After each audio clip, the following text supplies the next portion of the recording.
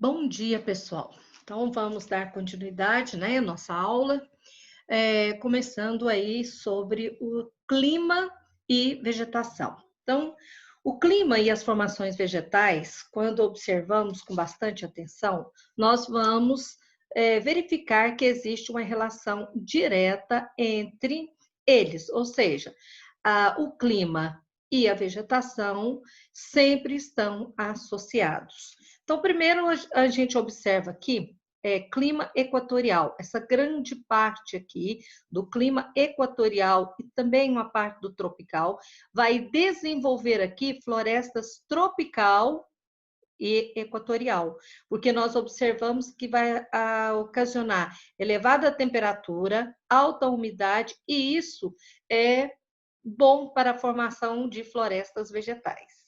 Agora, nós temos clima tropical, que é esse aqui onde que você tem o verde mais claro. Ao analisar na parte de cá, você vê ali savana. Então, o clima tropical com temperaturas altas, período de chuva e de seca, destaca-se uma parte do país e do continente que como as savanas, que é, principalmente no Brasil, o cerrado, né? Savana brasileira é o cerrado. Então, se você for analisando pela legenda, clima subtropical, você verifica aqui no sul da América do Sul, climas variados, mas nós vamos encontrar o clima subtropical, onde que nós temos aí os estepes, pradarias com gramíneas, capins, que é excelente aí para a criação de gado. Nós temos também o clima temperado, que formam florestas temperadas no sul do Chile, próxima à cordilheira aí dos Andes. Nós temos o clima frio de montanhas, que desenvolvem as vegetações específicas, né, chamadas vegetações de alta montanha, que são encontradas em áreas elevadas da cordilheira aqui dos Andes e também aqui nas montanhas do México, né? E aqui na América Central também tem regiões elevadas. Outro clima que a gente tem aqui é o clima de deserto. Então, o clima de deserto, você anota ele aqui na parte sul da América do Sul e aqui também na parte norte do México. Principalmente aqui na Cordilheira dos Andes, nós vamos ter um clima e vegetação desérticas. A Cordilheira dos Andes, ela impede a passagem de umidade do Oceano aqui Pacífico, né? Sendo este impedimento um dos fatores da formação de deserto. Mas outra influência também que nós temos é a corrente fria de Humboldt, que é uma corrente que tem pouca umidade de ar, de chuvas escassa também, que é o outro fator que ajuda aí na formação das áreas de vegetação desértica e clima desértico. Então, nós temos nessa região também a relação da população. Por quê? Porque a população também ela procura lugares para mais fácil adaptação, né? Então, o povoamento que nós vamos ver aqui da população na América Latina, ele acontece de forma diversificada, diferente. E o que a gente vai observar é que, primeiramente, esse povoamento, ele conta com a diversidade cultural que a gente vai olhar em cada parte aí da América Latina. Né? Por quê? Porque nós vamos ter aí vários fatores, né, de elementos culturais, de diferenças da cultura de cada povo, para contribuir para o povoamento de cada parte. Então, quando a gente começa a analisar lá bem antes, quando chegaram aqui lá para o século XV, né, 1492, antes da chegada de Cristóvão Colombo, nós vamos ver que os europeus que foram chegando aqui, eles não encontraram um continente desabitado.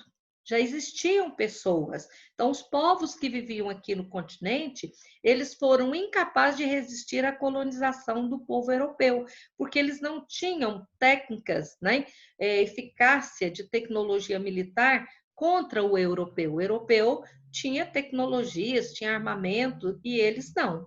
Então, aqueles povos que habitaram aqui antes da chegada de Cristóvão Colombo, eles eram conhecidos e ficaram conhecidos, né, como povos pré-colombianos. E nós vamos ver que esses povos pré-colombianos, eles, cada um tinha a sua cultura, as suas diferenças, né, culturais, o seu idioma, e nós vamos ver os três, provavelmente, os lugares onde que eles viviam e as três distribuições desses povos pré-colombianos mais importantes. Então, nós temos aqui, começando pelo México, nós vamos ver aqui a civilização asteca. Então, México, civilização asteca.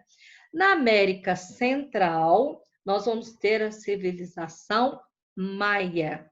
E aqui, na América do Sul, nessa região aqui, nós vamos ter a civilização inca. Então, essas civilizações, gente, essas três mencionadas aqui, elas constituíam nações que tinham cidades muito importantes, repletas de palácios, monumentos, tinha estrada ligando uma cidade na outra, e eles tinham técnicas avançadas de astronomia, matemática, agricultura. Então, esses povos pré-colombianos, Inca, Maia e Azteca, fazem parte da história e uma parte importantíssima. Nós temos também outros povos seminômades, que não tinham tanta organização igual eles, né? Mas tinham seus recursos diferentes e apresentavam um nível de organização política diferentes. E eles eram seminômades porque eles precisavam mudar de tempos em tempos para procurar os recursos, né, para sua sobrevivência. E se tratando desses povos, nós temos aqui vestígios, né, que ficaram das grandes cidades pré-colombianas na América Latina, que são duas. Nós vamos ver aqui que algumas das cidades que existem na atualidade na América Latina foram áreas ocupadas antes do europeu chegar. Então, nós temos aqui, primeiro, no México, Tenochtitlan. Tenochtitlan era a principal cidade do Império Azteca, né? E vivia nessa região, nessa cidade, nessa antiga cidade, cerca de 400 mil habitantes na época da invasão espanhola. E hoje, atualmente, a cidade do México, que é a capital, tem uma população superior a 21 milhões de habitantes. Cusco é outra cidade, outra região, onde que nós vamos encontrar aí a principal cidade do Império Inca, que é Machu Picchu. E acredita que nessa região também habitava 150 mil habitantes, né? E fica na Cordilheira dos Andes, na região do Peru. Essas cidades, elas foram muito importantes no seu período. Elas foram construídas ao longo dos anos iniciais, no período colonial, né? Depois nós vamos ver aí que essas ruínas, esses resquícios, né, de cidades foram preservadas. Tanto Tenochtitlan, que foi a cidade importante no México, né? Hoje tem a cidade de Cusco, ao lado das ruínas, que são muito visitadas, e no Peru nós vamos encontrar, próximo a Cusco, Machu Picchu. Os historiadores estimam que durante a colonização europeia, dezenas de milhões de indígenas foram mortos. E muitos foram vítimas de doença que o europeu trouxe, outros foram mortos em guerra, outros porque perderam a sua forma de alimentação, foram ficando fracos, né? Acredita-se que a destruição desses povos é considerada como um dos maiores genocídios da história, ou seja, extermínio de uma população. Embora ainda existem diversos povos indígenas na América Latina, nós vamos ver que a vida deles, os costumes deles estão sendo ameaçados, estão no processo de aculturação. Ou seja, a aculturação é quando os povos vão assimilando a cultura de outro, no caso aí a cultura do branco, né? E muitas vezes vão ficando isolados, porque tem a falta do reconhecimento do território que deveria ser deles. Outras vezes é porque as cidades vão crescendo e vão tomando parte do território deles, as fronteiras agrícolas, né, a pecuária vai avançando a parte dos seus territórios e isso vai formando o processo que nós chamamos de aculturação. Tá?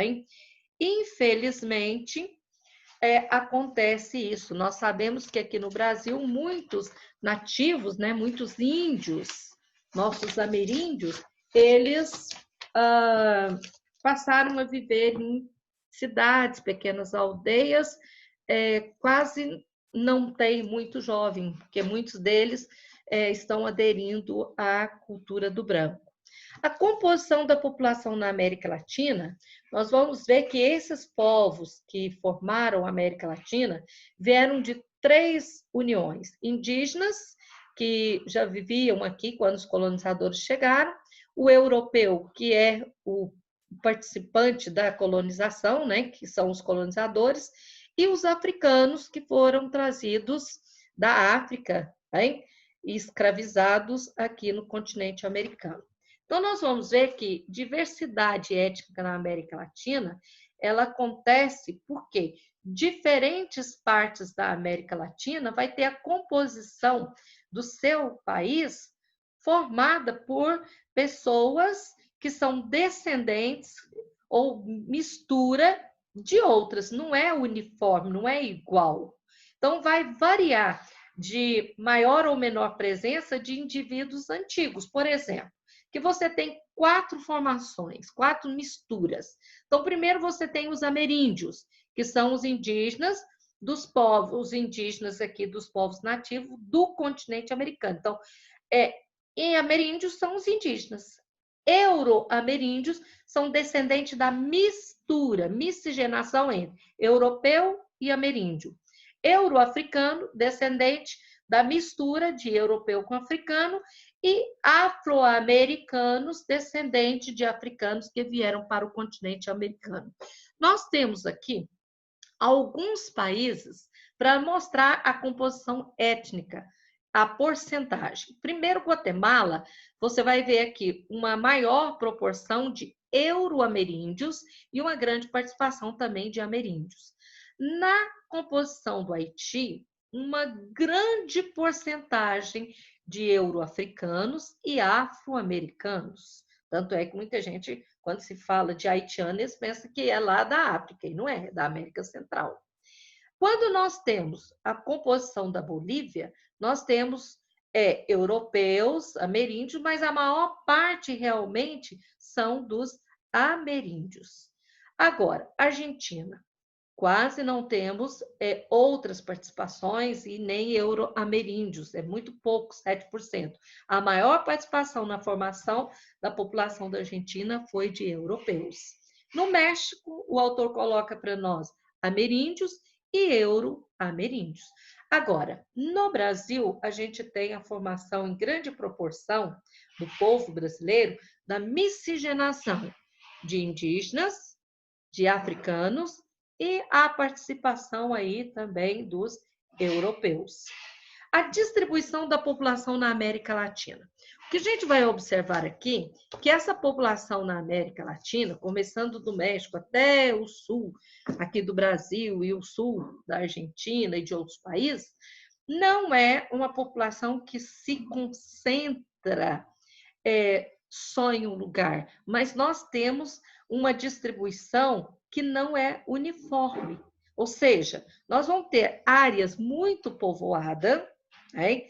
Mas nós vamos ter lugares com pouca povoação que nós vamos chamar assim, vazios demográficos, porque praticamente não é povoado. E o que consiste, então, essas áreas, algumas densamente povoadas, outras desabitadas. O que é esse contraste? Então, esse contraste nós vamos ver nesse segundo parágrafo aqui, os fatores desses contrastes. Por quê? De um lado, nós vamos ver que o processo de colonização fez com que pessoas ficassem densamente povoadas num lugar ou outros lugares com população praticamente inexistente. Então, a diferença no processo de colonização é um fator, o clima e o relevo, a disponibilidade de água, né, de recursos hídricos, solos férteis, né? As pessoas preferiam ir para o lugar onde ela planta e colhe do que lugares onde o solo é fraco. Então, esses são os fatores que ajudaram alguns lugares ter uma densidade demográfica maior. Agora, nós vamos ver que as áreas de maior densidade populacional são ao redor das grandes cidades, ou seja, das áreas chamadas regiões metropolitanas. Esse cenário de cidades muito urbanizada, de região metropolitana, é consequência da industrialização, porque no período, já no final do Império, lá quando começa depois a colonização, não teve indústria. O início do Império também não. Foi só depois da Revolução Industrial, começada lá na Inglaterra, é que veio indústrias para o Brasil, e essas indústrias elas foram primeiro para a zona urbana, por isso houve a urbanização, onde as pessoas iam para as cidades em busca de trabalho nas indústrias, em busca de melhor qualidade de vida, né? Em busca de um salário melhor. Então, eles deixaram a área rural e foram para a área urbana. E isso fez com que, atualmente, 4 em cada 5 habitantes da América Latina vivem em área urbana. Então, houve, então, uma concentração maior de pessoas na área urbana, principalmente no litoral. Áreas de grande densidade populacional ficam nas regiões litorâneas de toda a América Latina. Agora, desertos, como a gente vê no norte do México, no sul da Argentina, áreas de floresta, como a floresta amazônica, vão representar para nós áreas que são caracterizadas como grandes vazios demográficos, tá? Então, nós vamos até a página 377 fazer a leitura esta semana. E eu gostaria também de nós estarmos fazendo outra atividade, que é a correção desse trabalho aqui.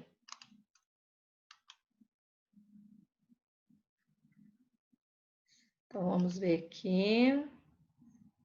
Ok? É o trabalho, pessoal, que eu vou colocar aqui para vocês. Deixa eu ver aqui. É uma tarefa que eu tenho que compartilhar com vocês. Ah, tá. É a tarefa do dia 17. A tarefa do dia 18 e a tarefa do dia... Isso, até o dia 18. Então, vamos lá. São tarefas que muitas vezes a resposta é pessoal, mas eu vou comentar com vocês. Quando você pegar seu material, a tarefa do dia 17 pede para você fazer uma lista com as características dos países desenvolvidos e dos países subdesenvolvidos. Então, a característica é aquilo que vai fazer com que a gente identifique, né, cada um desses países. Então, olha só, país desenvolvido apresenta uma economia altamente industrializada, tem muitas indústrias modernas, alto grau de tecnologia, mão de obra qualificada, porque as pessoas estudam, fazem cursos, né? Uma elevada renda por pessoa, que é a renda per capita, a população com boa qualidade de vida, mortalidade infantil baixa, analfabetismo praticamente não existe. Agora, as características dos países subdesenvolvidos é tudo o contrário, né? Então, temos lá baixo desenvolvimento industrial e tecnológico, o índice de desenvolvimento humano também é baixo, dívida externa é alta, mortalidade infantil é elevada, analfabetismo elevado, expectativa de vida é baixa, má distribuição de renda. Então, tudo isso são características dos países subdesenvolvidos. Depois nós perguntamos, em relação ao tema que você leu, de país desenvolvido e subdesenvolvido, como é classificado o seu país? Seu país é classificado como? O Brasil, gente, é um país em desenvolvimento ou emergente. É essa a atual classificação do Brasil. Depois nós temos na atividade lá, pedindo para você escrever o nome de um país classificado como subdesenvolvido. Praticamente todos os países do continente africano são subdesenvolvidos. Os países aqui da América Latina, em sua grande maioria, são subdesenvolvidos. Então, era você escolher um país subdesenvolvido aqui da América Latina, por exemplo, Uruguai, Venezuela, Bolívia, né? Agora, em seu livro, pede para você sublinhar sobre as fases do capitalismo. Há alguma coisa bem que você achou importante em cada uma das fases. Então, isso é pessoal, era para você sublinhar aquilo que você achou mais importante no capitalismo comercial, lembrando que é a primeira fase, onde surgiu lá a burguesia, os comércios, os burgos, né? Depois, o capitalismo industrial, capitalismo financeiro e o último que nós estamos ainda nele, que é o capitalismo técnico-científico. Então, isso é questões pessoal. A outra atividade, também recapitulando, reforçando, revisando socialismo e capitalismo. Isso é para sempre que a gente tem que saber, gente. Então, fala lá. Qual país provocou grandes mudanças no cenário político mundial, principalmente com o fim do socialismo na maioria dos países? Foi a União Soviética. Depois, qual o sistema de governo que predomina no mundo atual? É o capitalismo, onde tudo vive em função do lucro, da propaganda, do consumismo. Então, capitalismo. Depois pedia para você, numa tarefa, você classificar se a característica era do socialismo ou do capitalismo. Economia planificada, socialismo. Né? O governo lança a sua economia de 5 em 5 anos, ou seja, vai alterar o preço dos produtos. Produção destinada ao comércio, capitalismo, onde tudo se produz praticamente é para comercializar, para gerar lucro. Divisão de classes sociais, capitalista, onde tem milionário, pobre, rico, né? Meios de produção são coletivos. A coletividade, isso é no socialismo. Depois, já começa o capítulo 5, módulo 3, que nós estamos no atual. Então, esse aqui pede para você, nessa tarefa desse capítulo atual, para você analisar a gravura que tem na abertura do capítulo, nas páginas que iniciam esse capítulo. Então, de que se trata a gravura da abertura? Da parada do Dia dos Mortos na Cidade do México. A questão depois pedia para você procurar, fazer uma pesquisa para saber se essa festa sobre o Dia dos Mortos, ela é comum em outros países da América Latina. Nós sabemos que o Dia de Finados, Dias de Mortos, são comemorados, mas de formas diferentes. Igual a Cidade do México, a gente vai ver em países que têm imigrante mexicano, que eles sempre relembram da forma da tradição do seu país. Mas aqui na América Latina, nós temos formas diferentes também. Igual, por exemplo, Guatemala, eles soltam gigantescas pipas coloridas e festejam muito também. No Haiti, eles festejam tocando tambores gigantes, são tambores enormes, que durante a noite toda eles tocam comemorando o Deus dos Mortos. Então, são formas diferentes e tem várias outras. Agora, escreva uma festa popular do seu país. A maior festa popular aqui do Brasil, gente, é sem dúvida o carnaval. Mas nós temos outras, nós temos as festas juninas, né? Que também no Nordeste, em vários lugares, são muito festejadas. Temos também no Pará outras formas de festa. Então, temos muitas festas populares aqui no Brasil. Você se sente um latino-americano? Isso aqui é pessoal. Se você sente. Tem pessoas que acham que não é americano. Então, nós somos, sim, americano, latino-americano, tá?